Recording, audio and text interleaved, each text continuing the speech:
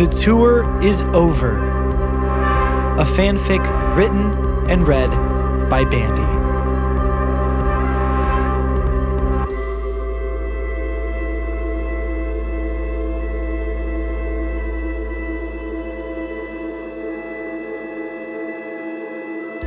The club is loud.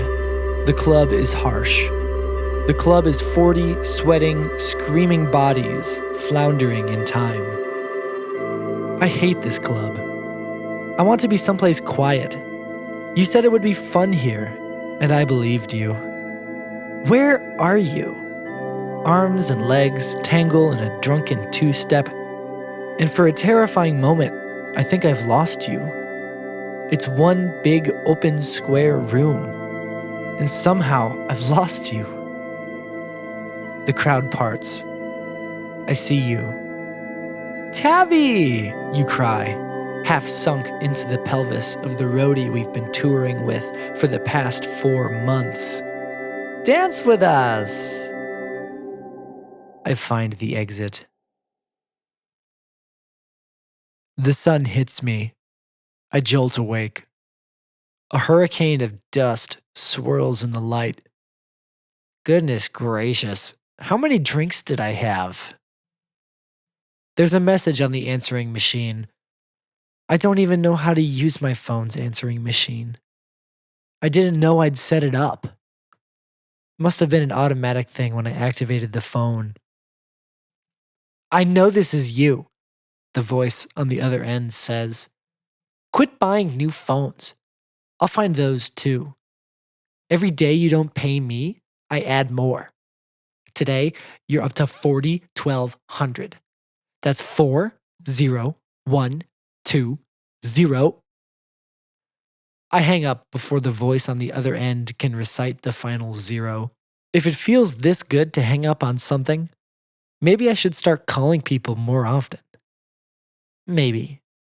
I'm more a fan of hanging up than I am of calling. Deep breath in. Deep breath out. I'm still cradling my phone, sitting on the edge of my plush hotel bed. We've been in and out of hotels for the better part of 4 months. Headliners on a music tour that just won't end. There's so much money in tours. And yet, 40120. $401,200. That's how much Vinyl and I owe the cartel for financing this whole tour. We took the loan 6 months ago, drunk off a #1 album release and the shoulder rubbing that inevitably follows #1 album releases.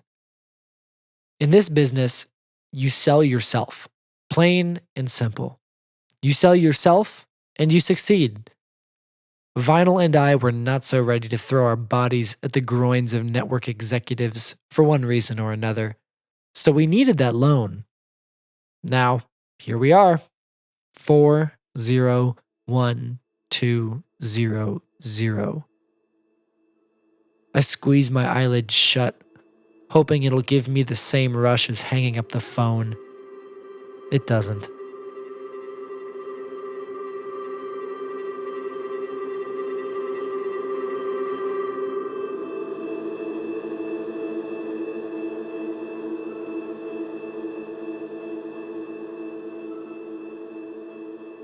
Two hours and 2 breakfast cart orders later, I feel strong enough to leave my room. I didn't used to be this way. I used to be frugal. I just spent $78 on mimosas and coffee and eggs Benedict. What happened to me? That's a stupid question. Vinyl happened. Vinyl is a laser, the kind that can cut through rock. She annihilates me. Wherever she touches me, I evaporate. Where she lingers, my atoms are no longer. You have the hotel room across the hall. Stupid me. I should have asked for a single room. Then I could have just kissed you when this whole tour mess started, and we could have avoided all of This. I slink across the hallway on my tiptoes and put my ear to the door. Nothing. No moans, no squeaking beds, no clink of mimosa glasses or forks or knives. Just dead silence. I wish it were the other things. Anything but silence. The urge to kick down the door is strong, overwhelmingly strong. I rear back, only to stop myself at the last possible second. Easy, champ. Win this battle, worry about the war later.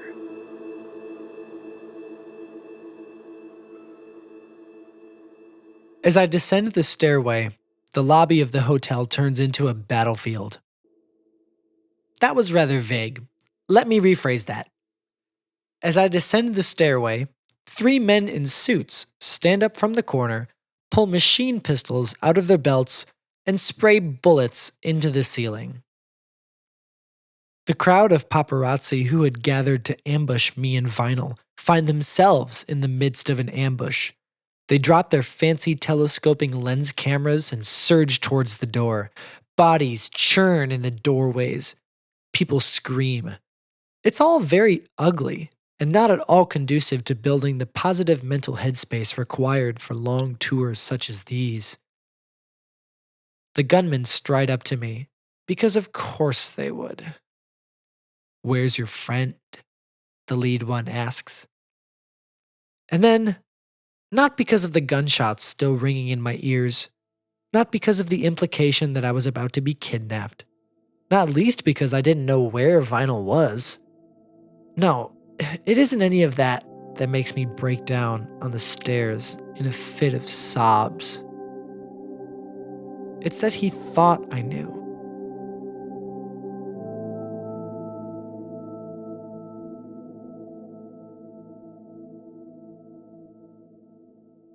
They blindfold me, put a bag over my head, and hustle me out to an idling van.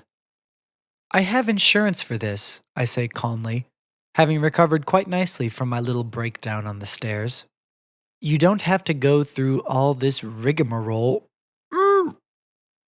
The lead bandit stuffs a handkerchief in my mouth. It tastes like battery acid, sweat, and papaya seeds. Ugh. I have half a mind to take a swing at him, but when I try to lash out, all I succeed in hitting is the van's quarter panel. Ow! Someone kicks me in the gut. Not hard, but enough to get the message across. There's fighting, and then there's fighting three assailants while blinded, gagged, and headbagged. I let them stuff me into the trunk. It's then that the lead bandit grabs my chin and drags my face inches from his. I see him as a blob through the dark canvas of the bag, a shifting mass reeking of action movie villain complex and gunpowder. A human bullet bill. "I'll ask you one more time," he says. "Where's your friend?" More tears. Damn, he's good. He knows exactly what angle to take in order to break me. I, I, I. Tears spill down my cheeks. The bandit sighs and closes the trunk. The van takes off. As far as I know, Vinyl is still in the hotel. Unless she went back to the staff travel bus with the roadie, then she's safe. Probably. Probably. What a mean tease of a word. The concept of kidnapping insurance is simple and functions the same as home or auto insurance. You take out a policy for yourself up to a certain amount of money. For Vinyl and I, it's $20 million each. Very flattering, I know. Then, in the unlikely, but not statistically impossible event one of us gets kidnapped, the insurance company can authorize a payment up to the maximum of the policy for our safe return. Once safe, our rates shoot up and we pay a steep deductible, but we'd pay it from the safety and comfort of our own homes. This is what I tried to impress on this idiot bandit as he drags me from the van. My feet meet the pavement. I wish I'd worn closed toed shoes. Ow. I said the company, ouch, is willing to, ow, pay up to. Are you listening? The bandit drags me into some kind of warehouse. My voice echoes through unseen rafters. The light filtering through my head bag shifts. I'm deposited in an aluminum folding chair. A moment later, the bag comes off. I gasp at who sits before me, though really, it should come as no surprise. Seated across from me is a cartelismo brick house of a human being, whose only known name is, and I truly can't make this up, Brick House. That's not his actual name, of course. Probably. But he insists on being called Brick House. Probably because he's 5'3" and not in the least bit okay with it. I have nothing against shorter men, but I can't say the same for men with complexes. So, he says, flashing his muscular, tattoo striped arms out wide, we meet again. My insurance is willing to cover up to, shut up, he says. He's grown a mustache since we last spoke. It's patchy and oddly shaped and quivers when he speaks. I hope he doesn't try to kiss me. That mustache looks like steel wool. I don't care if it's from the insurance company or you or the fucking Hamburglar. I want the $1400 you owe me. 1400. Taxes. 1400.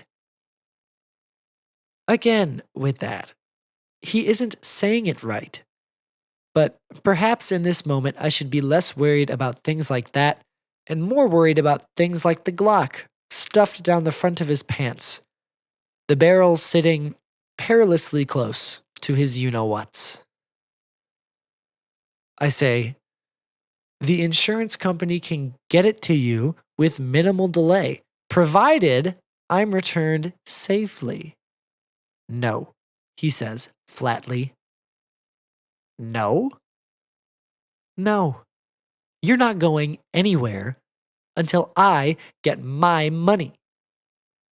But the tour, who paid for the tour? I did. No, you borrowed my money, which means I paid for the tour. Now I want my money back. You'll get it from the insurance. Shut up, he roars. His voice bounces off the high walls and hits me a second time. Fool me once, shame on you. Fool me twice, we won't fall for such. He pauses, brow furrowed. Then he shakes his head. Goodness gracious, he can't even remember the whole saying. How did he manage to outwit me? Either your partner delivers the money here herself, or I will hold you indefinitely. What? Don't be so unreasonable. I'm being very reasonable, and it would be very easy for me to be much less reasonable. I gulp. Now, Brickhouse continues, I will allow you one phone call to make Vinyl aware of the new terms. Every hour I don't get my money, I'll grind off an inch of your finger with a belt sander. I decide that I would rather not have any length of my fingers ground off with a belt sander. I take the phone he offers me, and I'm halfway through keying in the area code when I realize I don't actually know Vinyl's phone number. More tears spring to my eyes. Heavens above, I'm just a fountain today. All this shame and unhappiness over Vinyl, and I can't even remember her phone number. All this time, I thought it wasn't really important since I don't actually have to dial her number to call her. Sometimes the most important things are disguised as trivialities. I don't. I. I. I gesture to the phone and stammer some more gibberish. Quite unbecoming of a #1 album producing artist. Brickhouse gives me a sneering look before reaching into his pocket and pulling out my cell phone. Vinyl's voice physically shocks me when it comes through the line. All I can hear for a moment is an inarticulate scream in a nightclub. I think I see her hands reaching back to caress the back of the roadie's head, draw him closer to her, atomize him like she did me. But then I realize that's just my own overactive imagination projecting a daydream onto Brickhouse, who's stretching and letting out a yawn. Octavia, She says through the phone. are you okay? There was a gun battle in the lobby. We're safe in the tour bus. There's police everywhere. I'm so scared, Tabby. Please tell me what's going on. Brickhouse, 40-1400. Contact insurance. Cash must be delivered by you. I rehearse this in my head for a moment. I find collecting my thoughts always helps deliver hard news. I take a deep breath in. The roadie? I scream into the receiver. You slept with the roadie? Once again, it seems I've stunned the world. Vinyl is silent on the other end of the line. Brickhouse has paused mid-stretch. His eyes fixate on me, unblinking, like a lizard baking in the sun. Octavia, No, shut up. Did that night in the Maldives mean nothing to you? We went sailing together, Vinyl. why is that such a big deal? Sailing into international waters together doesn't make us married. Think of all the pirate novels we'd have to recontextualize if that were true. We made love. A little. Yeah. I thought. I cut myself off. What? You thought what? I thought I meant something to you. Oh. Oh, Tabby. That stupid voice. So much raw intensity in everything she says. She whispers, and it echoes like a shotgun. You mean the world to me. Then why were you sleeping with the roadie? We aren't exclusive. We never were. I told you on the boat I can't get involved. I'm not in the right place. Did you want to hurt me? Is that it? Hurt you by living my life the way I want to? Why can't you be happy for me?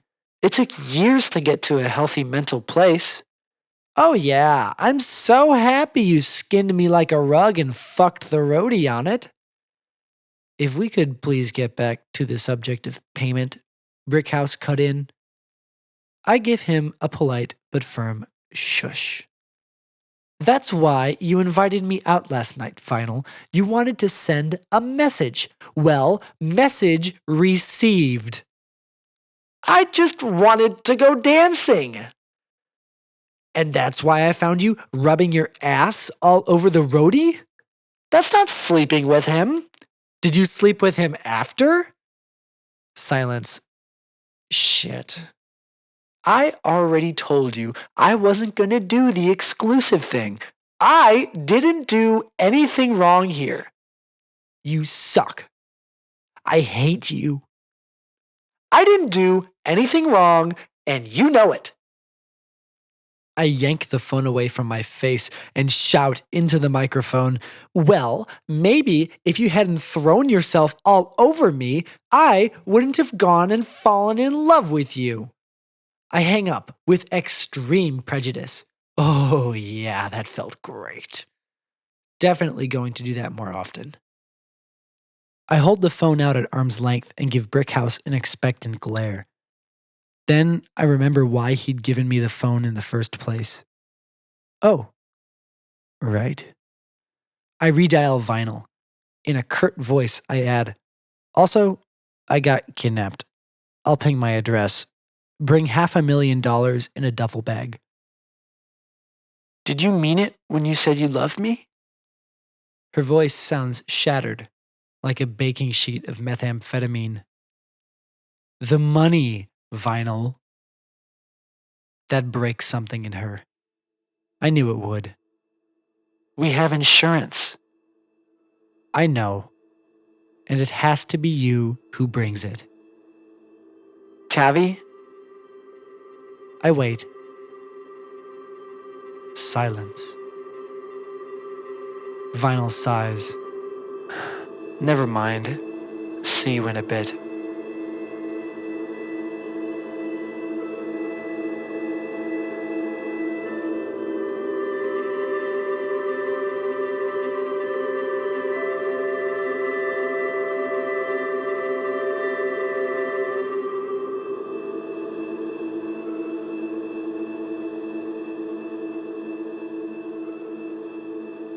I'm not the bad guy here. The bad guy is pacing around the warehouse and twirling a butterfly knife. I'm the one tied to a chair. I am not the bad guy.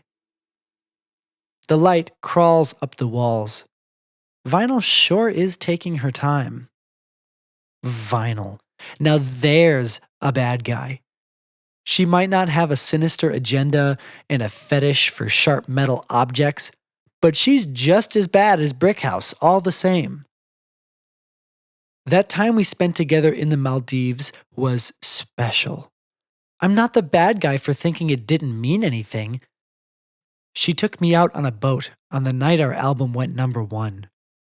She wore this perfect white bikini and danced with me alone for hours and poured me champagne and looked me in the eyes and said, "Nothing can stop us as long as we stick together." And the love we made was so deep and profound, it altered the migratory pattern of the area's aquatic wildlife. And then she got distant. And she stopped talking to me so easily. And then things got chilly. And then she fucked the roadie. The roadie!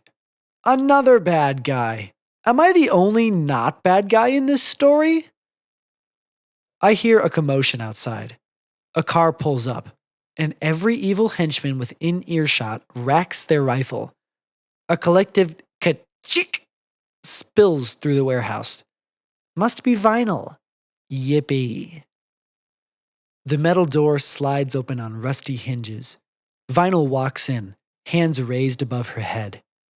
A stuffed duffel bag tugs at the shoulder of her thin, olive green t-shirt. Quite involuntarily, my mind returns to a night off the shore of a nameless island in the Maldives. A night when she wasn't wearing anything at all. The faintness of form, her frame mere smoke in the moonlight, the oceans rocking us closer and closer. It's a tainted memory now, I tell myself, but that just gives it more power. Vinyl walks right towards me. "Tavi," she coos in that terrible, stupid, beautiful voice of hers. Rage fills me. I want to bum rush her, but my hands were still tied. Maybe I could bite her. Maybe I won't live to regret any of this. Can't regret stuff if you're dead. Whoa. Too dark. Reel it in, Octavia. You've got a deal to negotiate. Clearly, this whole operation has been a setup from the start. Brickhouse wants to get Vinyl and I both in a building alone together. Now he has both of us and $500,000 in insurance money. A double win for him. That's his fatal flaw, though. No one, and I mean no one, fucks with my insurance premium. Right as Brickhouse is about to take the duffel bag, I launch myself and my chair at him face first in a limbless tackle. His head hits the floor with a hollow thunk, and he goes still.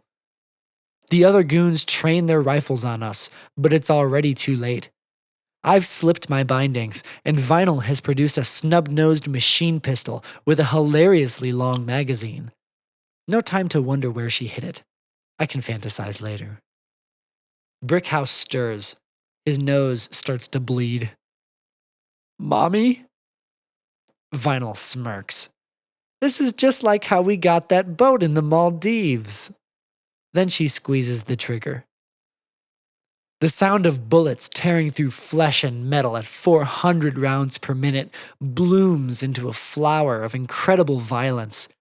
I'm physically thrown off Brickhouse by the sound. A few bullets hit the ground near me, but to no effect. Between Vinyl's spraying and my praying, she takes out every last bandit in the room in one effortless, scything sweep. She reaches into the duffel bag and pulls out a Mac 10 with the rear brace removed. She tosses it to me. $100 bills, real, I notice to my chagrin, spill from the bag and flutter around her in an ethereal breeze like the flowering buds of a capitalist cherry blossom tree. Did you mean it? She asks. I aim the Uzi at her head and pull the trigger. She ducks and looks behind her, where a bandit she'd missed went tumbling down from the rafters. He hits the floor with a noise like prime rib hitting a countertop at a fine French restaurant. Smack. You're welcome, I mutter. As Vinyl recovers from the force of a bullet flying inches from her face, I pick up the duffel bag and zip it shut. Waste not, want not. Vinyl follows me out of the warehouse. I'm serious, Tavi. Did you mean it? Yes, I mutter. It feels so stupid of me to admit it. Declarations of love shouldn't come with shame or a body count. But here we are. Vinyl is quiet for a long time. She looks back at the warehouse. All around us, the countryside rings with the sound of tropical life. The afternoon sun is just starting to dip beneath the trees. Golden hour. I must look amazing because Vinyl won't stop staring at me. I'm sorry, Vinyl says, for everything. I did it all wrong. Her words surprise me. Take me back then, I almost say. Earn my forgiveness. Earn my love. But that wouldn't be right. I know it before I've even thought it. Instead, I say, I'm sorry too. It takes a second for her to process this. The tour's next stop is Patagonia, she says.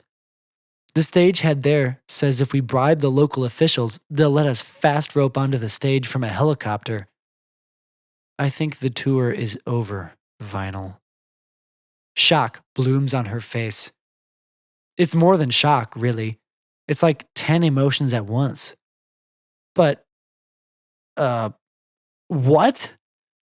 We can't just quit. Can't we? We've still got to make up all that money. She glances at the warehouse. The cartel. Brickhouse. I follow her gaze. An idea, glorious and terrible, springs forth from the mycelial dirt of my imagination. Vinyl, be a dear and hand me a brick. She scampers off to a corner of the warehouse where the foundation is cracked. It hadn't cracked from our gunfire, merely years of neglect. I never thought I'd find myself feeling for an inanimate piece of concrete. I find the van Vinyl pulled up in and throw it into gear. Then I trot back inside and fish through the pockets of the unconscious brick house until I find a single hand grenade painted in pineapple yellow. I stuff the grenade into the van's gas tank, pull the pin, and toss the concrete block onto the accelerator. The car screams to life and shoots through the metal door of the warehouse, snapping it clean off its hinges. I turn around. Come on, Vinyl. We'll walk back.